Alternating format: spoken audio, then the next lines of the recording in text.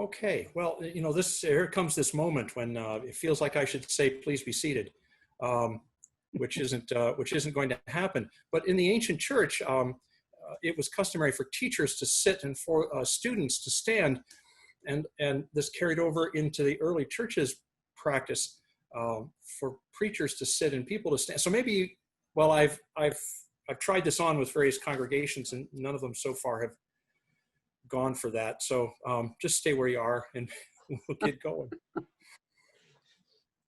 Just why I can't really say, but unlike many of my progressive peers, I lean toward the Hebrew Bible. Maybe it's because it was Jesus' Bible, and as the old Sunday school song says, if it's good enough for Jesus, then it's good enough for me. Or maybe because when I took Hebrew, I was assigned a study of the uses of the Hebrew root, ga'al, a word that is usually translated as redeemer or avenger, but which is best understood as the one who does what a next of kin should do. Often it refers to a human next of kin who should make sure that their relative lives in peaceful sufficiency. Sometimes it refers to the requirement to exact vengeance in the case of a wrongful death. This was ancient Israel's rough and ready criminal justice system, and before we comment on its barbarity, may I just remind us all that our own criminal justice system can hardly claim much of any moral high ground.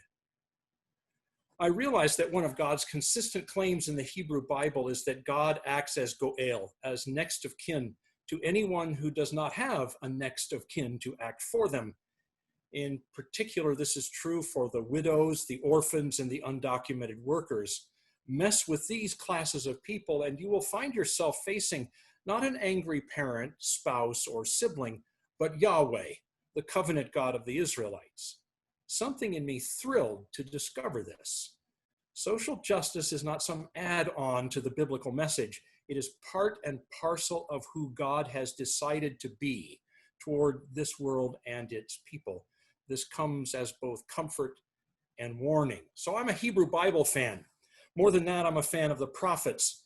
To them falls the task of speaking for the God who is next of kin. When a society fails to protect those who have no other protector, when a nation fails to safeguard those with no safety net, when a people decide that it is the rich and powerful who are the God blessed, then prophets announce the bad news. By setting themselves against the moral arc of the universe, they will bring not safety, prosperity, and security, but danger, scarcity, and anxiety on themselves. If this is the well from which Jesus drinks, and I think it is, then one of those who dug most deeply would have to be the prophet Jeremiah. I'm a Jeremiah fan. Jeremiah's people claimed to be the people of God and were convinced that this fact gave them unqualified immunity and unlimited protection. Jeremiah is clearest among the prophets about the fate of a people who forget who God is and what it is that God seeks for this world. Jeremiah is my favorite too because he never hides how he feels about his job. Unlike Jeremiah, who was all, ooh, ooh, pick me, Jeremiah's response was, in essence, I'm sorry, you must have the wrong number. When God would not be dissuaded, Jeremiah discovered quickly that the job of a prophet has absolutely no perks. He is God's essential worker, abused, endangered, and woefully underpaid. In our text today, he does not hold back. You fooled me, Yahweh, and I let myself be fooled. You were too strong for me, and you triumphed.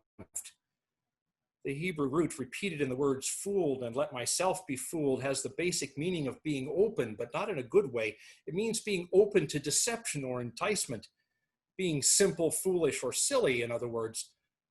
So as Jeremiah is using the word, it accuses God of having deceived or enticed or even seduced Jeremiah into becoming a prophet. Add to that the mention of God's being too strong or having overpowered Jeremiah in the act, and Jeremiah is close to invoking a very dark metaphor. Enticement by force could be a way of avoiding a very ugly accusation, but it amounts to the same thing. Jeremiah is saying in typical prophetic overstatement that he is experiencing his calling as at very least some sort of bait and switch scam, or even an assault with sexual overtones. The fact that either way could be meant lets Jeremiah leave the accusation kind of hanging in the air. God should know better, and Jeremiah is not shy about telling his own story. If being a prophet means speaking truth to power, telling God his own truth is as prophetic as you can get. Jeremiah demands God's promised justice, even when it is God of whom he demands it. Anyway, this is supposed to be about men's journeys, but you've probably already guessed that I see features of my own story in Jeremiah. Of course, no disciple is greater than their master, so I'm claiming no equivalence. I'm not even claiming to be a particularly apt disciple. If Marx was right, that history repeats itself first as tragedy and then as farce, in the place of Jeremiah's gutsy bleat, mine is more like the men's prayer from the Red Green Show. This Canadian comedy series features the misadventures of a group of men who are trying without a great deal of success to figure out how to be happy. They've gotten no further than to figure out that their happiness must somehow involve the happiness of the women in their lives, but they can never seem to shake loose the allure of guyness. At least once per episode, they gather for a meeting of the Possum Lodge and open the meeting with the men's prayer that goes like this. I'm a man, but I can change. If I have to, I guess. My upraising yielded a version of manhood that was deeply conflicted. I was supposed to be a man, someone who was not only in charge, but who deserved to be. And as a man who was also straight, white, middle class, and college educated, I was at or near the top of every hierarchy I could see. In part, I felt, well, a little uneasy with that privileged height. I'm not sure why. Maybe it's because I saw just a little what it cost my mother to live in a world that valued men more than women. Maybe it's because I experienced some of what it cost me and my sisters to be born into a world that valued adults more than children. Maybe it's because manhood defined that way remained a precarious achievement.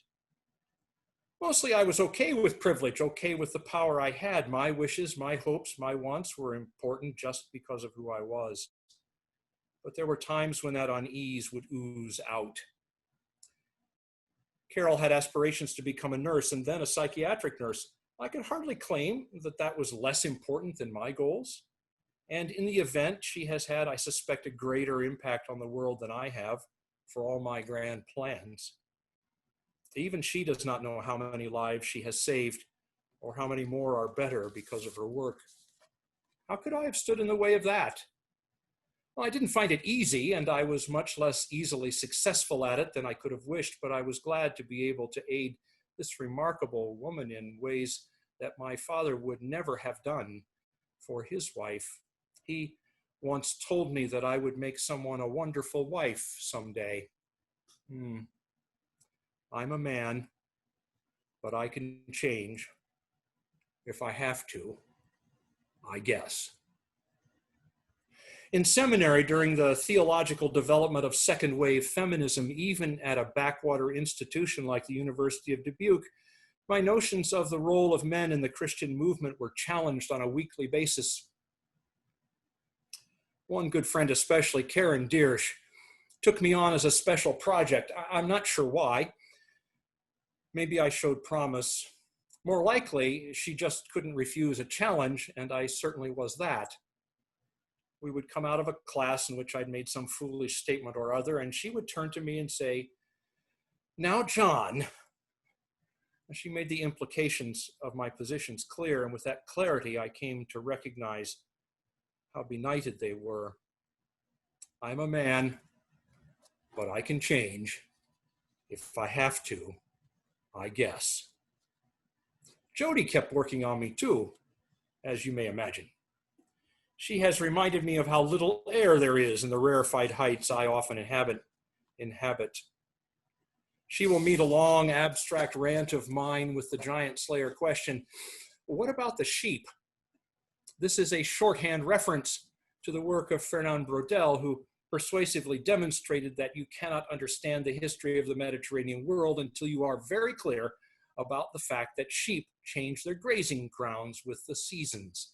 What about the sheep demands that I be grounded, and not to some abstract ground either, but to the ground that yields grasses that sheep eat in their summer and winter grazing lands. Someone responded to my first sermon here by saying, I can see now where Jody gets it. That is at least half backwards. But for Jody's apparently indefatigable patience, which I know to be more apparent than real, much of my thought would stagnate and start to smell, however much I would be willing to stay settled where I am. I'm a man, but I can change if I have to, I guess. I could say more. I would love to talk at great length about a community of folks in Puerto Rios, a village in the mountainous northeast of El Salvador, and how they stood my notions of wealth and poverty on their heads. They tolerated my stupid questions. They didn't answer me with words. Instead, they showed me. For them, I have relearned Spanish. For them, I have learned more about political economy than I ever wanted to know. I'm still not sure how that story is going to go from here. None of it has been particularly easy, because in the process, and with great pain, I discovered that hard truth that my country has betrayed me. Maybe a different version of the men's prayer goes, I'm an American, but I can change. If I have to, I guess. I could say something about how my most deeply held beliefs have been constantly challenged. Beliefs about race and racism, about sexuality and gender, about capitalism and colonialism. Every axis against which I am measured and found privileged is also an axis about which my world is spinning. I have no idea how it will all come out, except for this. I know that my journey isn't just about me, nor is it undertaken just for my benefit. One thing has emerged with greater and greater clarity, though clarity is not always a guarantee of truth.